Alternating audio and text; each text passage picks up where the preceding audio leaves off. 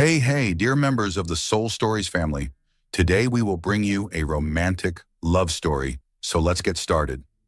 Don't forget to subscribe to our channel so you don't miss any meaningful stories. The drizzle fell lightly on the bustling streets of New York, casting a misty veil over the shimmering skyscrapers. Vera Grace stepped off the old bus, her worn green umbrella trembling with each gust of cold wind. At 26, she didn't stand out in the crowd. Her brown hair tied neatly, her gentle blue eyes and a thin coat frayed at the shoulders. But her smile, though soft, held a strange allure, as if it carried both resilience and compassion. Vera paused before the iron gate of the Cole mansion, a grand building with pristine, white walls and a meticulously tended garden. She took a deep breath, trying to shake off her nerves. This was a big opportunity, a nanny job for Jonathan Cole's son, the CEO of Cole Enterprises, the city's most powerful real estate conglomerate. If hired, she'd save enough to chase her dream. Opening a charity daycare for orphaned children, kids like her, who grew up without anyone to call family. Vera was raised in an orphanage on the outskirts of New York. Her childhood was filled with long, lonely days and nights of silent tears, with no one to pick her up after school. Yet those hardships forged her into someone strong, always seeking to bring joy to others. She loved children, not just for their innocence, but because she knew what it felt like to need someone to listen, someone to hold your hand when the world felt too vast. The gate opened, and a middle-aged butler led her into the main hall. The interior of the Cole mansion left Vera awestruck. Soaring ceilings, sparkling crystal chandeliers, and abstract paintings on the walls. But she quickly refocused, centering herself on why she was here: the interview. Jonathan Cole sat behind an ebony desk in his study, his sharp eyes scanning Vera Grace's resume. At 32, he was the picture of success, a brilliant CEO, wealthy and handsome, with dark hair and deep gray eyes. But behind his perfect exterior was a heart long frozen, a broken marriage 5 years ago, when his ex-wife left him and their son Noah without explanation, had left a scar that wouldn't heal. He no longer believed in love, nor in promises of forever. Noah, Jonathan's 4-year-old son, was the only light in his life. But that light was fading. Noah was bright and sensitive, but carried a fear of abandonment. He spoke little, startled in his sleep, and didn't easily warm to strangers. Jonathan loved his son deeply, but his demanding job and painful memories left him unsure how to connect with Noah. He tried hiring nannies, but none lasted. Some quit because Noah wouldn't cooperate. Others were fired because Jonathan doubted their motives. Vera's resume made Jonathan frown. No prestigious degree, no powerful connections, just an orphaned girl working as a freelance nanny. She seemed too pure, too perfect on paper, and it made him suspicious. No ambition? Or is she good at hiding it? He wondered, tapping his finger lightly on the desk. He didn't want a stranger in his private life, especially not when he'd built walls to protect Noah and himself from further pain. The butler knocked, announcing Vera's arrival. Jonathan stood, adjusted his suit jacket, and walked out with an icy expression. Let's get this over with, he thought. Vera sat across from Jonathan in the vast living room, her hands clasped tightly to hide her nervousness. He was taller than she'd imagined, with an imposing presence that made her feel small. His voice was low and sharp as he began the interview. Miss Grace, how long have you been a nanny? Jonathan asked, his gaze probing, as if trying to see through her. 4 years, sir, Vera replied, her voice soft but clear. I've cared for many children, from infants to elementary age. I love this work. He gave a faint hum, flipping through her file. No early childhood education degree, no notable connections. What makes you think you're suited for my son? Vera didn't flinch. She met Jonathan's eyes, though his cold stare made her shiver. I don't have a fancy degree, but I know what children need. Not just basic care, but genuine attention. I believe I can help Noah feel safe. Her words made Jonathan pause. There was something in her tone, sincere, unguarded, that unsettled him. He didn't want someone who could so easily stir his or Noah's emotions. You speak well, he said, his voice tinged with sarcasm. But I need proof. not promises? Vera nodded, not arguing. She knew people like Jonathan didn't trust easily, and she didn't blame him. She only hoped for a chance to prove herself. The interview was interrupted by the sound of tiny footsteps. Noah appeared at the door, his dark hair mussed, his big round eyes scanning the room. He wore pajamas and clutched an old teddy bear. Jonathan's voice softened instantly as he stood and approached. "Noah, what are you doing here? Go back to your room. Let Daddy talk." But Noah didn't listen. He quietly moved closer to Vera, his eyes lighting up in a rare way. To Jonathan's astonishment, Noah took her hand, his tiny fingers gripping tightly as if afraid she'd vanish. Can you tell a story?" he whispered, his voice so soft it was nearly inaudible. Vera smiled and knelt to his level. "Of course, sweetheart. What kind do you like? Pirates or superheroes?" Noah hesitated, then said, "A story about a mom." The words froze the room. Jonathan stiffened, his eyes darkening. Vera sensed the tension but answered gently, "All right, I'll tell a beautiful story about a mother who loves her child more than anything in the world." Noah nodded, then did something no one expected. He leaned his head on Vera's shoulder and whispered, "She's like Mommy." The quiet words pierced Jonathan's heart. He'd never seen Noah bond with anyone like this, not even with him. Vera gently stroked Noah's hair, her eyes warm but tinged with sadness. She understood the longing for a mother. She'd felt it herself.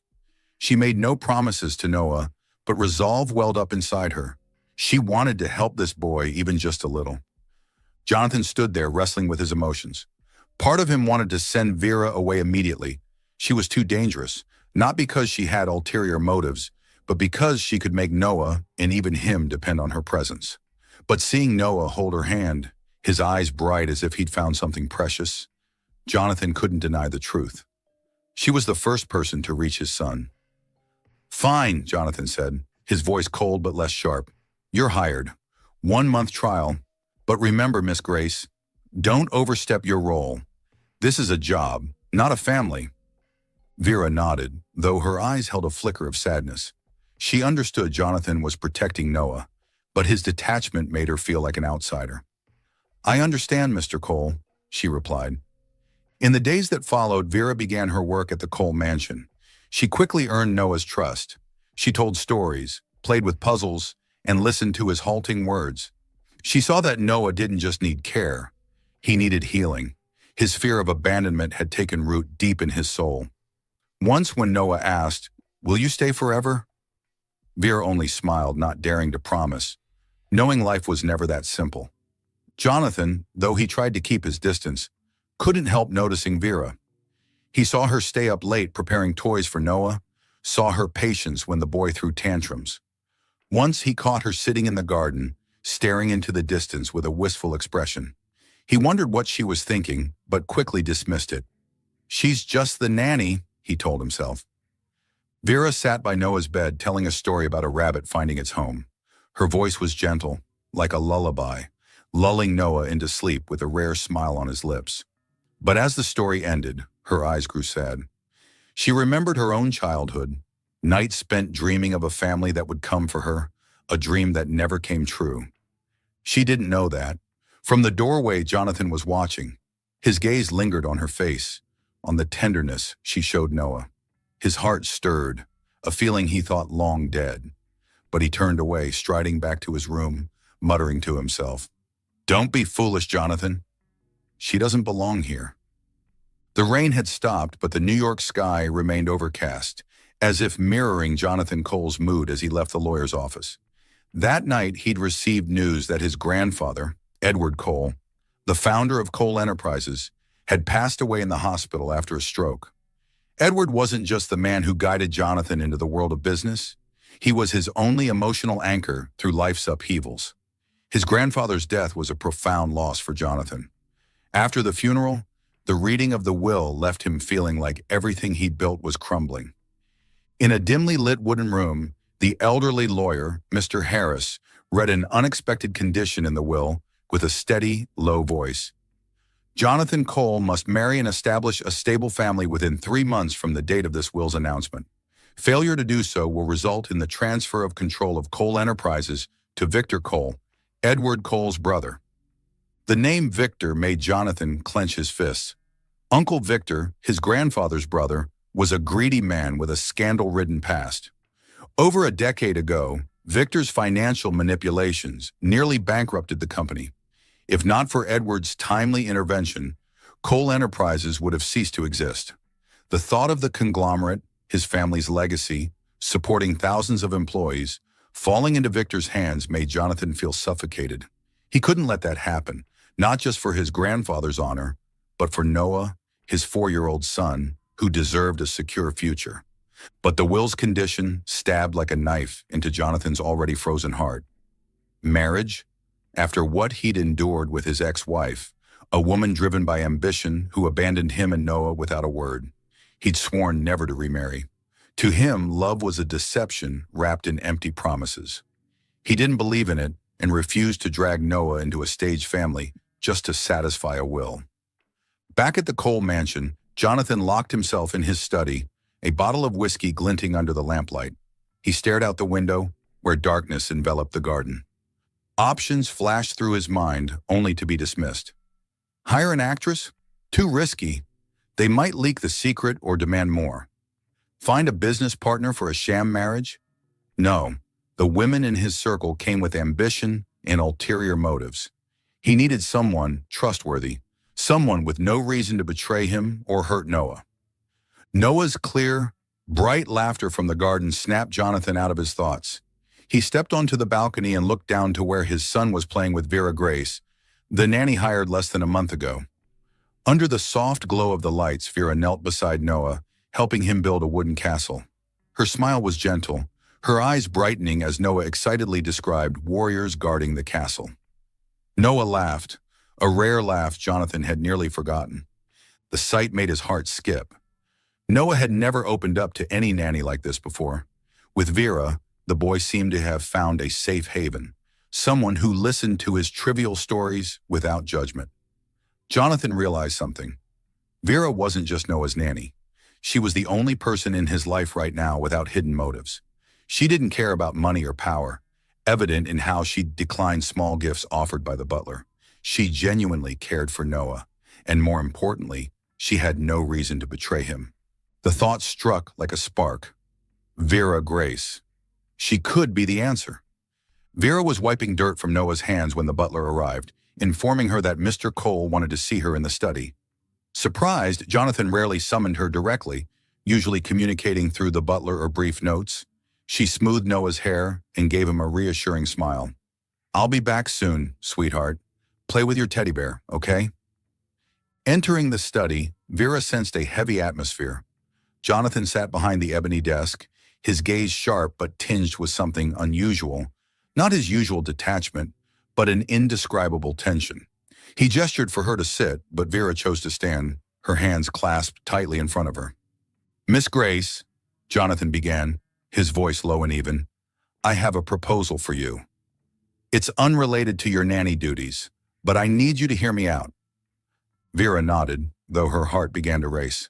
She didn't know what to expect, but his tone made her uneasy. He stood and moved to the window, turning his back as if to hide his emotions. "My grandfather just passed away. His will requires me to marry and build a stable family within 3 months. If I don't, Cole Enterprises will go to my Uncle Victor, a man who would destroy everything my family has built." Vera listened silently, trying to grasp the weight of his words. She knew Cole Enterprises wasn't just a company. It funded social programs, including ones for orphans she'd always supported. But why was he telling her this? Jonathan turned, his eyes locking onto hers. "I need someone to fulfill this condition. A marriage on paper, lasting 1 year. After that, we divorce, and things go back to normal. In return, I'll fund the charity daycare you've always wanted to open.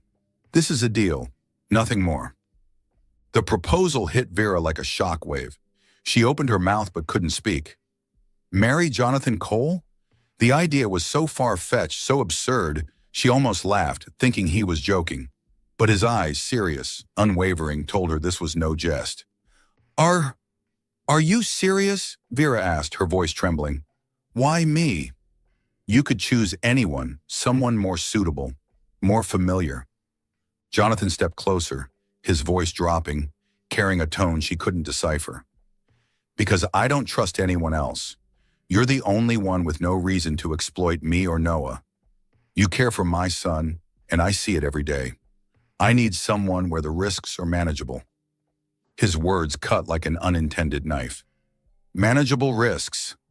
She was just a safe option, a tool for his purpose. Vera's heart tightened, but she kept her voice steady. I don't want to be part of a fake marriage, Mr. Cole. I just want to do my job well and help Noah. Jonathan didn't waver. He stepped closer, his gaze piercing. If Victor takes over, everything collapses. Not just the company, but the charities you care about. Schools, programs for orphans. Thousands will lose their jobs and Noah's future will be unstable. Do you want that? His question stopped her cold. She thought of Noah, who'd started smiling more, trusting her. She thought of her dream, a school where orphaned kids could find joy, as she'd once longed for. And she thought of the thousands relying on Cole Enterprises. The responsibility weighed on her, though she was just an ordinary woman with no power or status. I need time to think, Vera said, her voice quiet but firm. This isn't something I can decide right away. Jonathan nodded, his gaze softening slightly. You have one night, but don't forget, time isn't on our side. Vera returned to her small room in the mansion, closed the door and sat on the bed, her mind in turmoil. She pulled out an old notebook where she'd scribbled childhood dreams. One scrawled line stopped her. Want a family even for one day. But the family she'd imagined wasn't a contract, not the cold transaction Jonathan proposed. She thought of Noah, his eyes lighting up when she told stories. She thought of other orphaned kids who might lose opportunities if Cole Enterprises fell. And she thought of Jonathan, the cold man who sometimes let slip vulnerability in his gaze when he looked at Noah. She didn't want to admit it, but deep down she felt a faint connection to him. Not love, but empathy for the scars they both carried. That night Vera didn't sleep. She stood by the window watching the city lights flicker in the distance. Finally she sighed, telling herself, just 1 year. For Noah, for my dream. But her heart warned that entering this game might cost her more than she imagined. The next morning Vera entered Jonathan's study. He was reviewing documents, his expression as cold as ever. She stood tall, took a deep breath and said, I agree, but I have conditions. Jonathan raised an eyebrow, signaling her to continue. I don't want money, Vera said firmly, but you have to keep your word about the daycare, and you must promise Noah won't be hurt by this. He's been through enough. Her words made Jonathan pause. He looked at her, feeling a flicker of respect for the first time. Agreed, he said. I promise. The wedding took place days later, so quiet it was almost secretive. At City Hall, Vera wore a simple white dress prepared by the butler. No flowers, no celebration. She stood before the officiant, her heart pounding as the vows were read. Jonathan, in a black suit, maintained his icy demeanor, as if this were just another business meeting. But when Noah appeared, holding both their hands with a radiant smile, everything shifted. The boy didn't grasp the ceremony's meaning, only tugging Vera's hand happily and saying, You're the prettiest bride. Vera smiled, but her smile carried a pang of sorrow. She wanted to tell Noah this wasn't real, but she couldn't bear to shatter his joy. The ceremony ended quickly. The plain wedding band on Vera's finger, unadorned by stones, felt heavier than she expected. As they left City Hall, Noah ran ahead, while Vera and Jonathan walked behind, keeping their distance like strangers. That evening, Vera moved into a private room in the Cole mansion, spacious but cold. She stood by the window, looking down at the garden where Noah had played with her. Her hand touched the ring, her mind repeating, just a contract. Don't let your heart stray. But when she looked up, her eyes caught Jonathan standing in the opposite hallway. He was watching her, his gaze unreadable. Not cold, not warm, but complex in a way she couldn't fathom. Vera turned away, closing the window, trying to lock away the emotions stirring within her. But she knew, from this moment, everything had changed forever. The Cole mansion, with its pristine white walls and lush green garden, was now the place Vera Grace called home, if only in name. After the quiet wedding at City Hall, she moved into a private room in the East Wing, far from Jonathan Cole's quarters.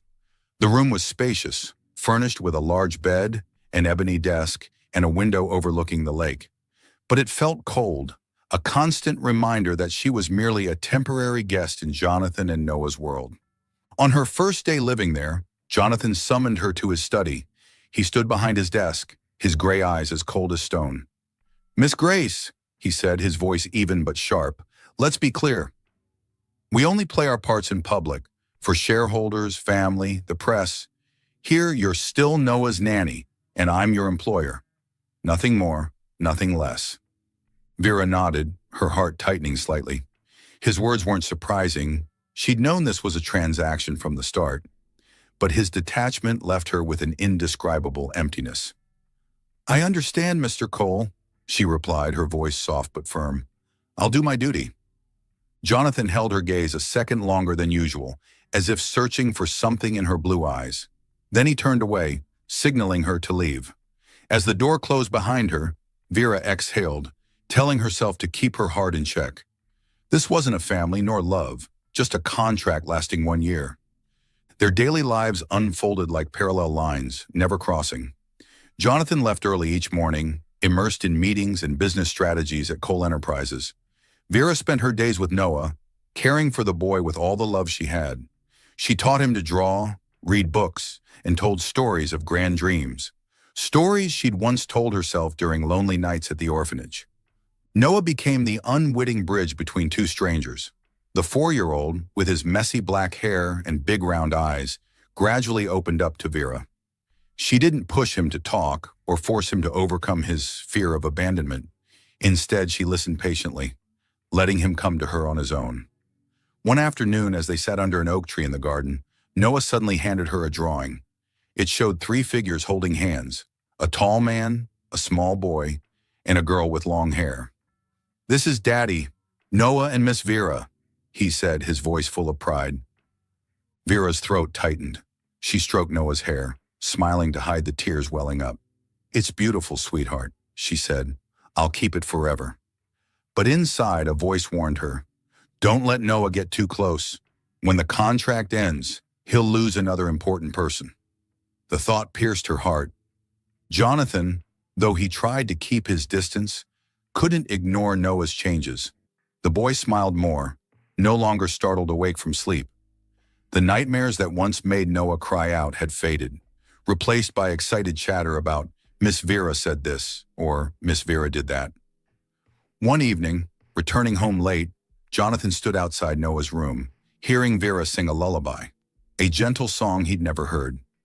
Noah slept soundly, his face peaceful, while Vera held his hand as if afraid he'd vanish. That moment stirred something unfamiliar in Jonathan. Not love, he told himself, just gratitude. Vera was doing better than any nanny before her, but he couldn't admit that. Deep down, he was growing curious about her. Her gentle smile, her wistful eyes, the way she gave her whole heart to his son without asking for anything in return. One night, Noah spiked a high fever. Vera noticed when he whimpered in his sleep, his forehead burning. She immediately called the family doctor, but tended to him herself while waiting. She wiped him down with cool cloths, softly singing to ease his discomfort.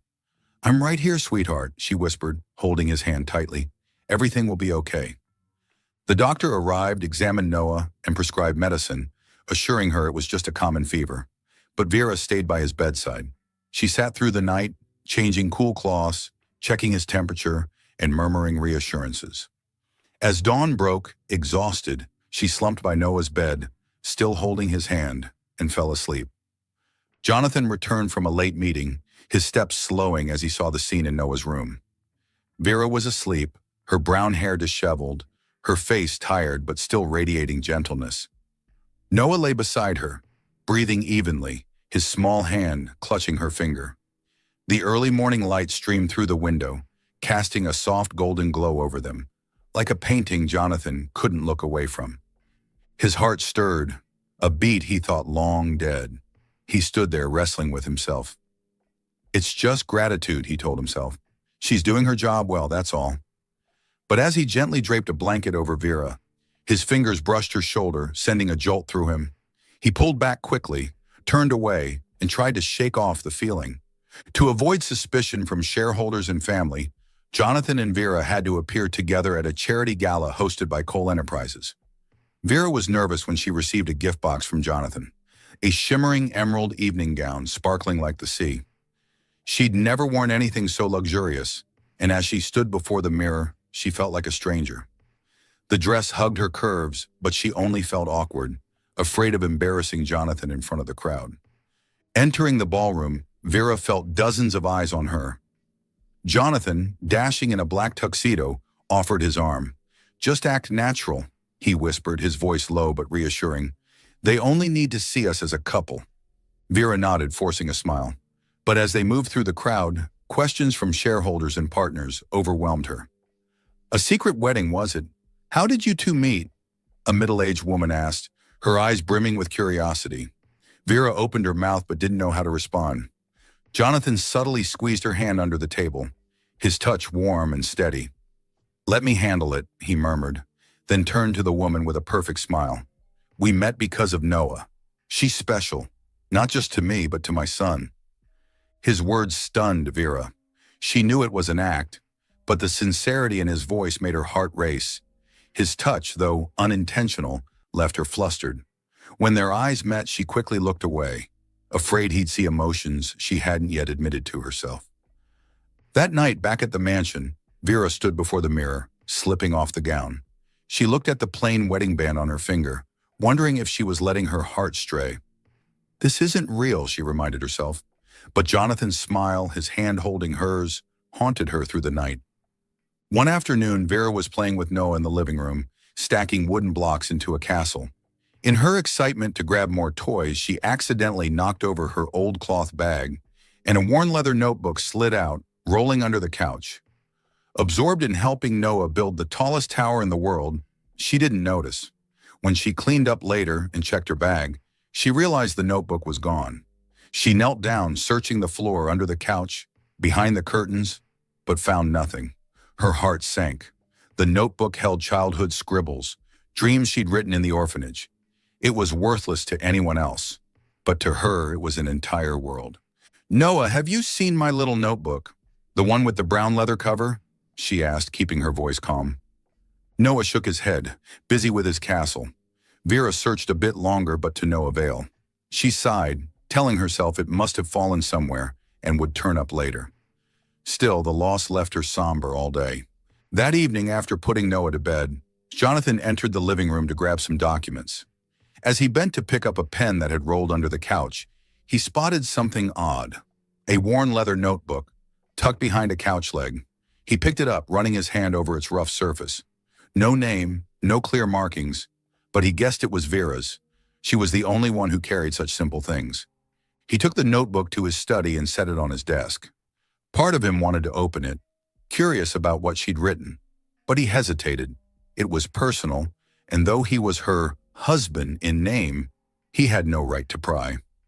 In the end, he slipped it into a drawer, telling himself he'd return it at the right moment. Yet the thought of it lingered, like an unanswered question. One evening, Noah insisted the three of them bake together in the kitchen. Vera hesitated. She didn't want to cross boundaries with Jonathan, but Noah's eager eyes were impossible to refuse. She gathered flour, eggs, and chocolate, while Noah ran around, laughing brightly. Jonathan, just back from the office, was dragged into the kitchen by Noah. "Daddy, help me make a cake," the boy pleaded. Jonathan raised an eyebrow, clearly out of his element, but he shed his jacket, rolled up his sleeves, and reluctantly joined in.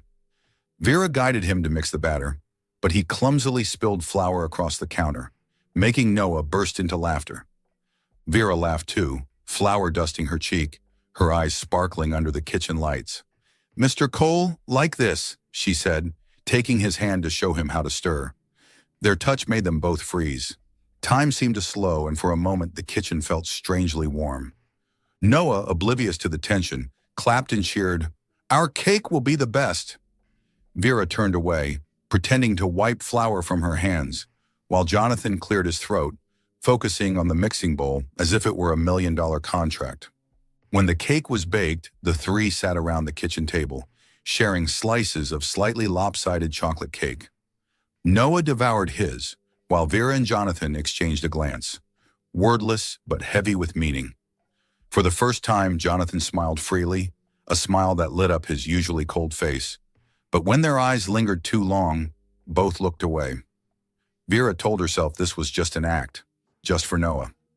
Jonathan told himself he couldn't feel anything beyond gratitude. A sweet, fragile feeling settled over the kitchen, like an unspoken promise. The pale golden sunlight filtered through the large glass windows, glinting off the polished wooden floors of the Cole mansion. Vera stood in the garden with Noah, gathering dried leaves for a craft project. The boy's laughter rang out, clear as wind chimes, melting her heart. But deep inside, Vera felt an unnameable void. 2 months since signing the marriage contract with Jonathan Cole, she tried to stick to the rules. A transaction, no emotions. Yet the small moments with Noah, and the times Jonathan's gaze lingered on her, made her heart waver. Jonathan stood on the second-floor balcony, watching the garden below. He'd just finished a work call, but his mind drifted to Vera. She was kneeling beside Noah, showing him how to arrange leaves into the shape of a bird. Her smile, simple, sincere, stirred something strange in him, as if his heart was awakening from a long slumber. He frowned, telling himself it was merely gratitude for a dedicated nanny. But when Noah ran to hug her, calling Miss Vera, with such affection, Jonathan couldn't deny that the scene made him want to join them, to be part of it. One Saturday morning, Vera took Noah to the children's hospital for a routine checkup. The boy clung to her hand, his eyes anxious as they entered the stark white hallway. "Miss Vera, I don't like doctors," Noah whispered, his voice trembling. Vera knelt down, offering a reassuring smile. "Don't worry, I'm right here. It's just a quick check, like a superhero testing their powers." Noah giggled, his fear slowly fading. In the waiting room, a warm voice called out from behind. "Vera Grace? Can't believe I'm seeing you here." Vera turned, surprised to find Will Harper, an old friend from college. Now a pediatrician, Will was tall, with a friendly smile, his eyes lighting up as he looked at her. "Will, it's been ages," Vera exclaimed, giving him a light hug. They chatted briefly, reminiscing about their days volunteering at an orphanage. Will had helped her through tough times in college, quietly supporting her dream of opening a charity daycare. His sincerity put her at ease, like stepping back into a simpler time. Will glanced at Noah, who was drawing in the waiting area. "Cute kid. Is he yours?" he asked, curious. Vera shook her head, forcing a smile. "No, I'm just his nanny." She didn't mention the fake marriage, unwilling to explain the complications. Will nodded, then suggested, "Are you free tonight? Let's grab dinner, catch up. I'm new in town and want to reconnect with old friends." Vera hesitated. She knew her life was bound by a strict contract, but what harm was there in dinner with a friend? "Sure," she agreed, smiling softly. That evening at a cozy little restaurant, Vera sat across from Will. Wearing a simple blue dress, her hair loose, she spoke passionately about her dream of a charity daycare. Will listened, his eyes full of admiration. "You're still the same, Vera. Always putting your heart into everything," he said, raising his wine glass. Vera smiled, but her thoughts drifted to Jonathan. His gaze when he stood outside Noah's room, sometimes tender, sometimes cold as ice. At that moment, Jonathan entered the restaurant with a business partner. He'd finished a meeting early and agreed to stop by to discuss further. But as his eyes scanned the room, he froze. Vera was laughing, talking with an unfamiliar man. Her smile, the one he'd unconsciously come to notice, was now for someone else. A wave of jealousy surged, tightening his chest. He clenched his fists, trying to maintain his cool exterior, but his eyes burned with an undeniable fire. As Vera stood to leave, her eyes met Jonathan's across the room. Her heart skipped a beat. He stood there, his gaze icy, as if seeing through her. Will walked her to the door, lightly touching her shoulder to say goodbye. Jonathan turned away without a word, but his tension was palpable. That night, back at the mansion, with Noah asleep, Jonathan waited for Vera in his study. The dim lamplight highlighted the strain on his face. "Do you think you can go out with someone else while you're still my wife in name?" His voice was low, laced with pressure. Vera was stunned, not expecting him to bring it up. You said this was just a contract, she replied, her voice trembling. Don't I have a right to my own life? Jonathan stepped closer, his eyes flaring with something unnameable. Not quite anger, but closer to helplessness. You know the terms of our deal. Don't complicate things. Vera met his gaze, tears threatening but held back. Complicate things? You think I want that? I'm just trying to do my part, as a nanny, as a fake wife. But have you ever considered that I have a heart too? She turned away, leaving Jonathan standing there, his heart in turmoil. He wanted to call her back, but logic stopped him. The emotion he'd tried to bury was resurfacing, and he was terrified to realize it had a name. Jealousy. The days that followed grew heavy with tension. Jonathan avoided Vera, speaking only when necessary, while she forced smiles for Noah to keep him from noticing the shift. But every time she saw Jonathan, how he gently lifted Noah onto his shoulders, or the way his eyes lingered on her when she sang to Noah, her heart ached. She realized she loved him, no matter how much she tried to deny it. One evening, with Noah fast asleep, Vera sat in her room, opening her old notebook. She wrote, I once dreamed of a real family, where Noah called me mom, and Jonathan looked at me not because of a contract, but that dream is so foolish. He'll never open his heart, and I can't stay to hurt myself. Tears fell, blurring the ink. She closed the notebook, hid it in a drawer, and resolved to leave when the contract ended. Though the thought of leaving Noah made her choke. She recalled Jonathan holding her hand at the charity gala, his light touch sending her heart racing. Or the time he stood outside Noah's room, watching her tell stories with an expression she couldn't decipher. Those moments gave her hope, but his coldness afterwards snuffed it out. He doesn't need me, she told herself. He only needs a wife on paper. Vera began preparing for her departure. She researched a small apartment near her old neighborhood where she could start over. But each time Noah hugged her, calling her Miss Vera with such love, she wanted to stay. She realized she didn't just love Jonathan. She loved this little family, the one she'd never had.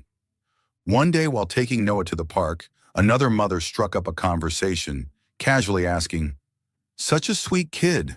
Are you his mom? Vera smiled sadly, shaking her head. No, I'm just his caretaker. The words cut like a knife. She realized that no matter how much she loved Noah, she was still an outsider, to the world, and perhaps to Jonathan. That night she sat by her window, gazing at the faint moonlight. She whispered to herself, Just a few more months, Vera. Then you'll be free. But why does freedom hurt so much? She didn't know that. In the next room, Jonathan couldn't sleep either, his eyes fixed on the wedding band he still wore. Not for the contract, but for a reason he hadn't dared admit. While Vera and Jonathan grappled with their emotions, another storm was brewing. Victor, Jonathan's uncle, knew the 3-month deadline for the will was nearing, and Jonathan was close to meeting its terms. Unwilling to lose control of Cole Enterprises, Victor made his move. One morning, tabloids exploded with sensational headlines. Gold-digging nanny, Vera Grace's plot to marry a billionaire. The articles accused Vera of using Noah to get to Jonathan, branding her an opportunist with a shady past. Though baseless, the slanders spread rapidly online. Paparazzi photos of Vera at the park, the hospital, even dining with Will, were paired with vicious comments. Vera discovered the news when an old colleague sent her a link. Reading each line, her heart felt crushed. Anonymous messages flooded in. Fake. You don't deserve the Coles. She tried to stay calm for Noah, but when he asked, Miss Vera, why are you sad? She only hugged him, unable to answer. At a charity event they both had to attend, Vera felt the weight of judgmental stares and whispered gossip. A wealthy woman, Victor's friend, loudly asked in front of the crowd, Miss Grace, I hear you're quite skilled at charming the rich. Any secrets to share? Laughter erupted, and Vera lowered her head, clutching her dress. Jonathan, beside her, started to speak, but Vera stopped him with a subtle shake of her head. She didn't want him defending her, not for the contract. That night back at the mansion, Vera couldn't take it anymore. She stood outside Jonathan's room and knocked. When he opened the door, she said, her voice breaking, I don't want to be a burden. Noah deserves a peaceful life, not one dragged through gossip because of me. I think I should leave." Jonathan froze. "Leave," he repeated, his voice louder than usual. "You think running away will fix this?" Vera looked at him, tears streaming down. "I don't belong here, Jonathan. I never did." She turned away, leaving him standing there, his heart gripped by a fear he hadn't felt in years, the fear of losing her. Days later, at a critical shareholders meeting for Cole Enterprises, Victor played his final card. Before dozens of shareholders and the press, he stood, his tone dripping with sarcasm. "We're discussing the company's future, but let's address something first. Jonathan's marriage to that nanny, an obvious opportunist, is it trustworthy? Is he fit to lead when he lets someone like her into the Cole family?" The room buzzed. Jonathan, at the head of the table, clenched his fists. He glared at Victor, his eyes sharp as knives.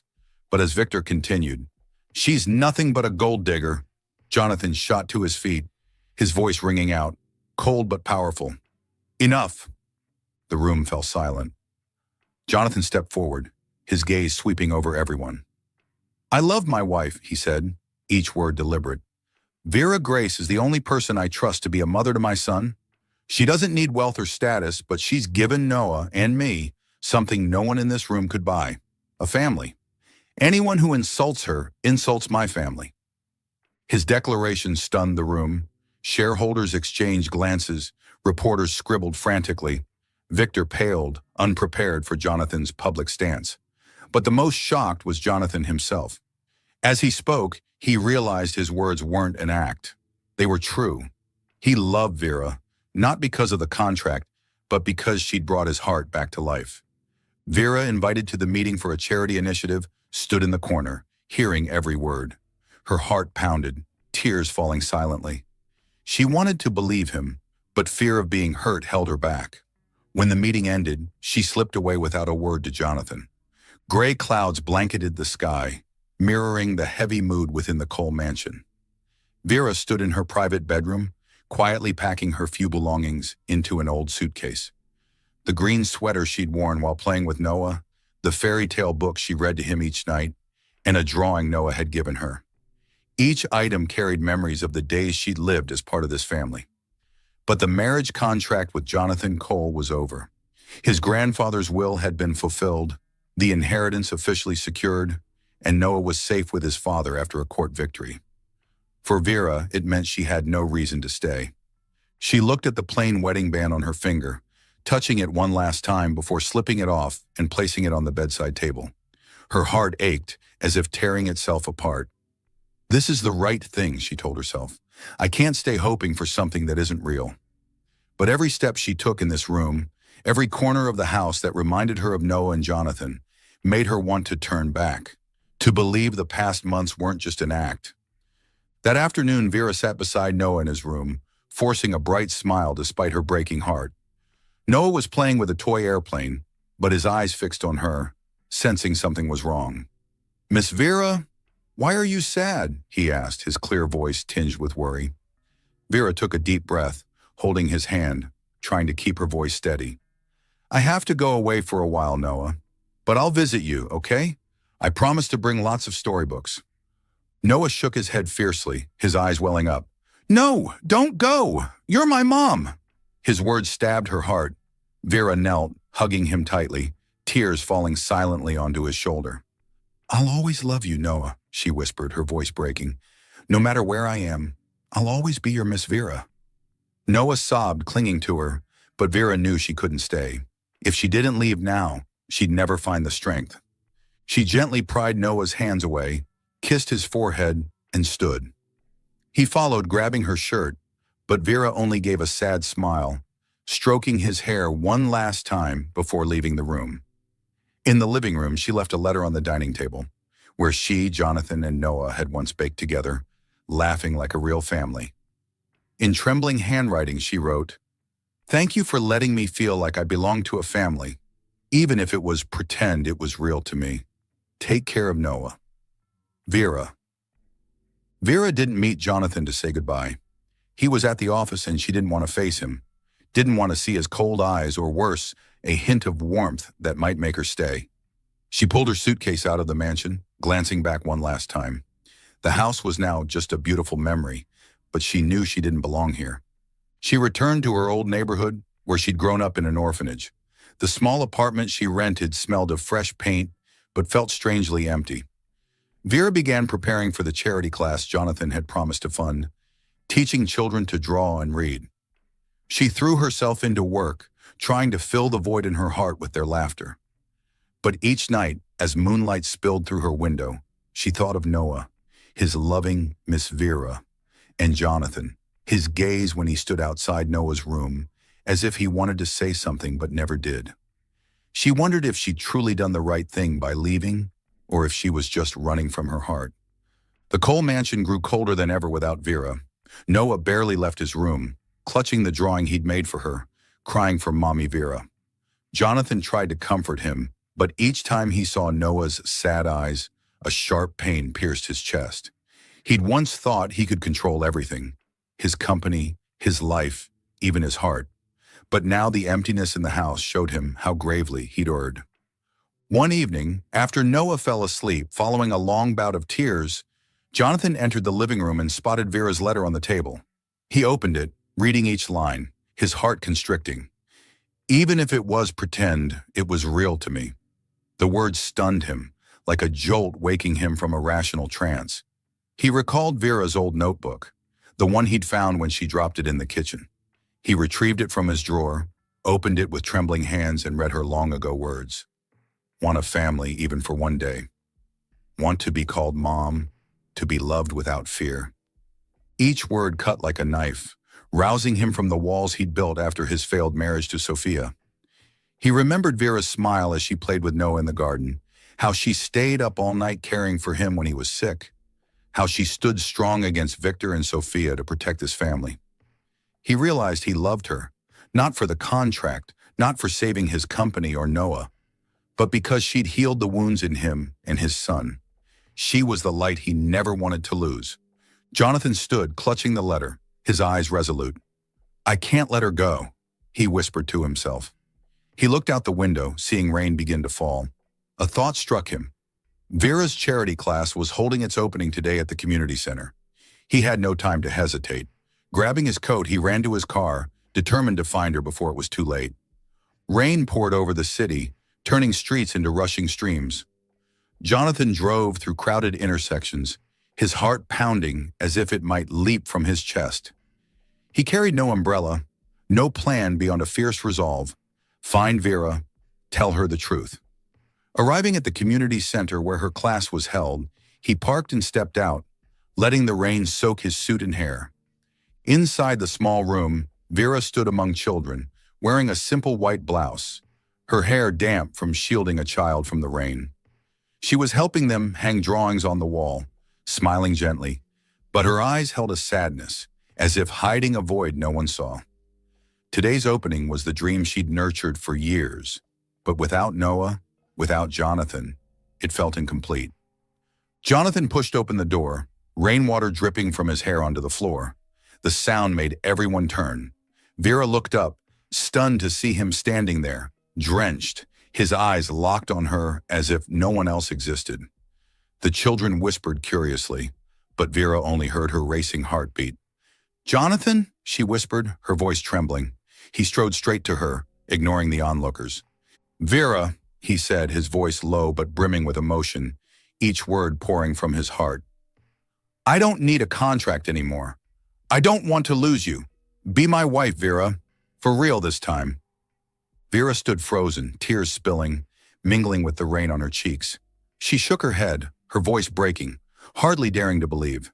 Why now? You don't need me anymore, Jonathan. You have Noah. You have everything. Jonathan took her hand, pulling her outside into the pouring rain. The cold water soaked her clothes, but she felt only the warmth of his grip. Because I was a fool, he said, his voice strong yet pained. I was scared to love again, scared of being hurt. But I can't live without you, Vera. You're my family, Noah's family. I love you. She looked at him, her heart racing, still fearing this was a dream that would vanish. If you mean it, why did you let me go? she asked, her voice breaking, tears blending with the rain. Jonathan pulled her into his arms, holding her tightly, rain drenching them both. Because I was a fool, he repeated, his voice trembling with emotion. But from now on, I won't let you go anywhere. He leaned down, kissing her, a deep, fervent kiss, as if to erase every distance, every pain between them. Vera kissed him back, her hands clutching his shirt, her heart finally finding its home. The children inside clapped and giggled, but the two heard nothing but the rain and their own heartbeats. Under the downpour, they stood, holding each other, as if the world contained only them. They returned to the mansion, soaked but hand in hand, their hearts lighter than ever before. As the door opened, Noah raced down the stairs shouting, "Mommy Vera!" He leapt into her arms, hugging her tightly, his eyes sparkling with happy tears. Vera knelt, embracing him, hearing him call her mom, for the first time without hesitation. She looked up at Jonathan, seeing him smile, a genuine smile, no longer cold or distant. In the living room, under the warm golden lamplight, Jonathan took the wedding band Vera had left behind and knelt before her. "This time it's not a contract," he said, his voice warm, his eyes shining with love. "Be my wife, Vera, forever." She nodded, tears falling, as he slipped the ring onto her finger. The band now held a new meaning, not a bond of obligation, but a promise of eternity. Noah clapped, bouncing around them, beaming. "We're a real family now." That night, with Noah fast asleep, Vera and Jonathan stood by the window, watching the rain subside, stars twinkling in the sky. He held her from behind, whispering in her ear, "I promise you a real family, one that will never leave you." Vera leaned into him, smiling, knowing this time it was forever. Their little family, though born from a contract, was now bound by the truest love. The gentle spring sunlight filtered through the tree branches, casting a warm golden glow over the Little Noah Charity School. The laughter of dozens of children echoed from the playground, where Vera Grace stood among them, wearing a light white dress, holding a sketch pad to guide them in coloring. A year had passed since she and Jonathan turned their fake marriage into a real one, and now she ran the school, the dream she'd nurtured since her orphanage days. Dozens of orphan children found joy and hope under her care, and Vera became an inspiration to the community, proving that kindness could change lives. Jonathan stepped out from the school's small office, where he served as honorary chairman. No longer the cold CEO of Cole Enterprises, he still managed the company but devoted more time to his family in this school, where he'd found life's true meaning. From a distance, he watched Vera smile radiantly among the children, his heart swelling with a warmth he'd never known before meeting her. That evening, in their cozy home, no longer the cold mansion of the past, Vera sat on the sofa, gently rubbing her growing belly. She was pregnant with their second child, and that happiness filled every corner of their family. Noah, now 5, knelt beside her, pressing his ear to her stomach, his eyes sparkling. "Little sister, you'll be so happy with Mommy Vera as your mom," he whispered, his voice clear and excited. Vera smiled tenderly, stroking Noah's hair, while Jonathan sat beside her, resting his hand on hers. They shared a loving glance. No words needed to know this was the family they'd both dreamed of, a real one. One weekend afternoon, the family gathered in the school's backyard. Jonathan held a shovel, Noah clutched a watering can, and Vera cradled a small sapling. Together, they planted it in the soil. Noah's tiny hands patting dirt over the roots while Jonathan supported Vera's shoulder, helping her stand steady. "This tree will grow with your little sister, Noah," Vera said, smiling. Noah nodded, cheering. "And with our whole family, too?" The three stood there, watching the sapling sway in the breeze, a symbol of their new beginnings and enduring love. Jonathan pulled Vera and Noah into a hug, their laughter mingling with the rustling leaves, creating a symphony of happiness. As dusk fell, Vera and Jonathan stood by the window, watching Noah play in the garden with a beaming smile. He held her from behind, whispering, "Thank you for giving me a family." Vera leaned into him, smiling, knowing their journey, from a cold contract to true love, was proof of the heart's power. Love sometimes starts with calculated steps, she thought, but with a sincere heart, it finds its truest rhythm, needing no contract to sign. Thank you for following this heartfelt story of Soul Stories channel. Share your thoughts about the story in the comments below. If you believe that true love can withstand all trials and sometimes begins in the simplest of ways, don't forget to hit the like button and share this story with your friends. To never miss out on touching and meaningful stories, subscribe to our channel and help us spread messages of love and warmth to everyone. Let's cherish the beautiful moments of life and love together.